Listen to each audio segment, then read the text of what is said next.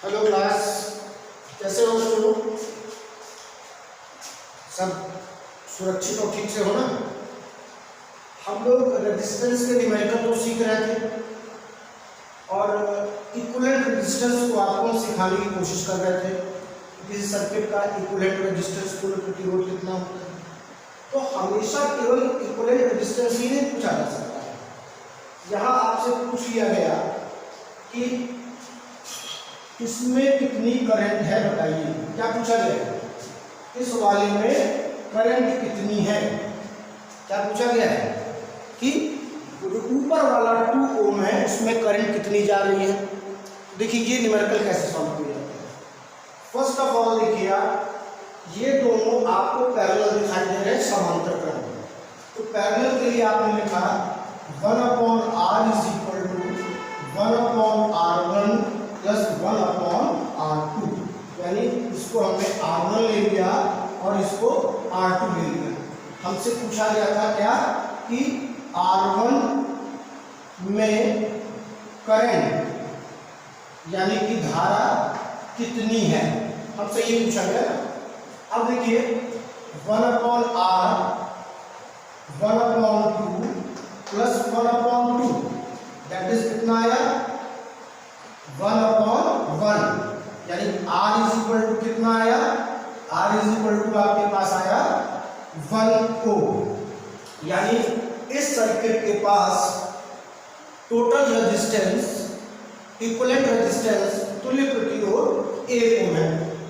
ठीक, अब मेरे पास टोटल रेजिस्टेंस भी है और बैटरी कितने की है 10 ओम, मतलब टोटल पोटेंशियल डिफरेंस विभवांतर भी है। तो ओम्स लॉ में हमने क्या पढ़ा है कि V/I is equal to R। तो हमें I निकालना है कि सर्किट में I कितनी है, तो I क्या हो जाएगा V/R। I कितना हो गया V/R। अब देखिए ये आपने रखा 10 वोल्ट और ये रखा 1 ओम, तो I आपके पास कितना आया 10 एम्पीयर। ये जो I है कितनी है आपके पास 10 एम्पीयर, और यही I यहाँ पर जा रही है 10 एम्पीयर।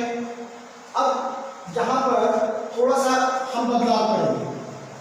बुक या लोग कह देते हैं कि एक जगह I1 ले लो और एक जगह करंट ले लो I2, क्योंकि यहाँ पर डिवीजन बंटवारा हो रहा है। I1 उधर गई, I2 इधर गई। बच्चों एक ही चीज में जब 2 अननोन चीजें हम ले लेते हैं तो 2 अननोन चीजों को एक बार में सॉल्व करने में परेशानी होती है। हम जितनी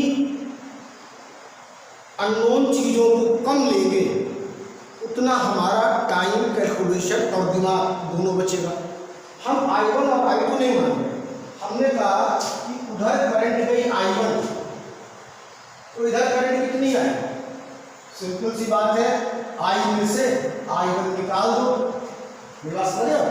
देखो हमने एक ब्रांच में कितनी करंट मानी I1। ठीक, अब अगर ये इस ब्रांच में करंट निकाले, इसको I2 मान के अपना सरदर्द न बढ़ाए, तो इसको हम क्या लिख सकते थे कि वहां पे कितनी गई, टोटल में से I1 निकाल दो, I1 उधर चली गई, बची हुई इधर आ गई। Is it clear? मेरी बात समझ रहे हो? समझ रहे हो ना कैसे हमने I1 I2 दो अननोन न मानकर एक, जब टोटल करंट I है और एक आर्म में एक भुजा में I1 चली गई, दूसरी में कितनी जाएगी बची हुई, और बची हुई कितनी हुई, टोटल में से I1 माइनस कर दो। अब यहाँ पर देखिए दोनों R1 एंड R2 ये पैरेलल है। कैसे है? समांतर है। और जब ये पैरेलल होते हैं, पैरेलल की पहचान बताई थी कि दोनों का जो अक्रॉस पोटेंशियल डिफरेंस है, दोनों के सिरों का जो विभवांतर है वो समांतर क्रम में समान होता है। बताया ना, पैरेलल में दोनों का जो V है वो क्या होगा, इक्वल होगा। V क्या होगा, समान होगा। और ओम्स लॉ से V इज इक्वल टू क्या होता है IR। ठीक, तो इनका V और इनका V आपस में इक्वल होगा। अब उस V को फार्मूले में ब्रेक कर दो। ठीक है, आप लिख सकते हो बिकॉज ये पैरेलल में है तो V जो R1 का है वो इक्वल होगा VR2 के। ठीक, और V का फार्मूला क्या है IR पहले ऊपर वाले में लिखो I1R1 भी बन गया, ये भी ऊपर वाले ब्रांच का।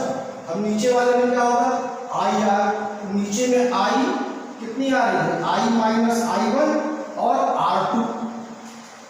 I1 हमें नहीं मालूम, R2 हमें मालूम है, I हमें मालूम है, I कितनी है 10 एम्पियर। I कितनी निकाली हमने टोटल करके 10 एम्पियर। तो ये क्या हो गया 10 minus I1 R2। Is it clear? R2 की वैल्यू तो R2 की वैल्यू कितनी है 2।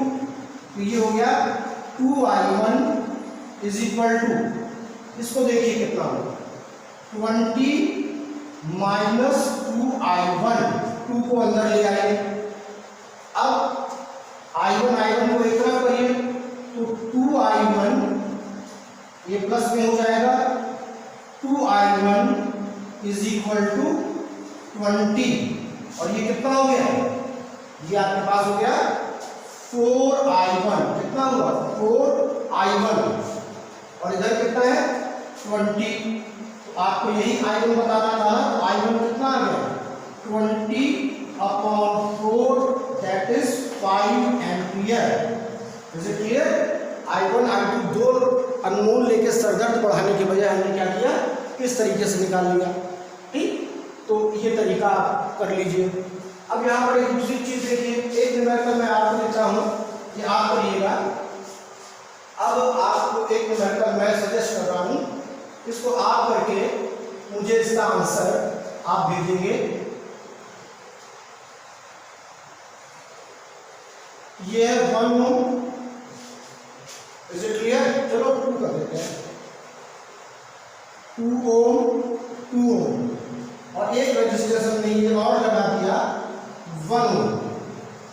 ठीक, इसको हमने R1 ले लिया, इसको R2 और इसको ले लिया हमने R3।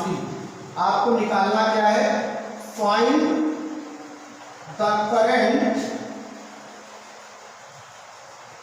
इन R1। आपको निकालना है कि R1 में कितना करंट होगा।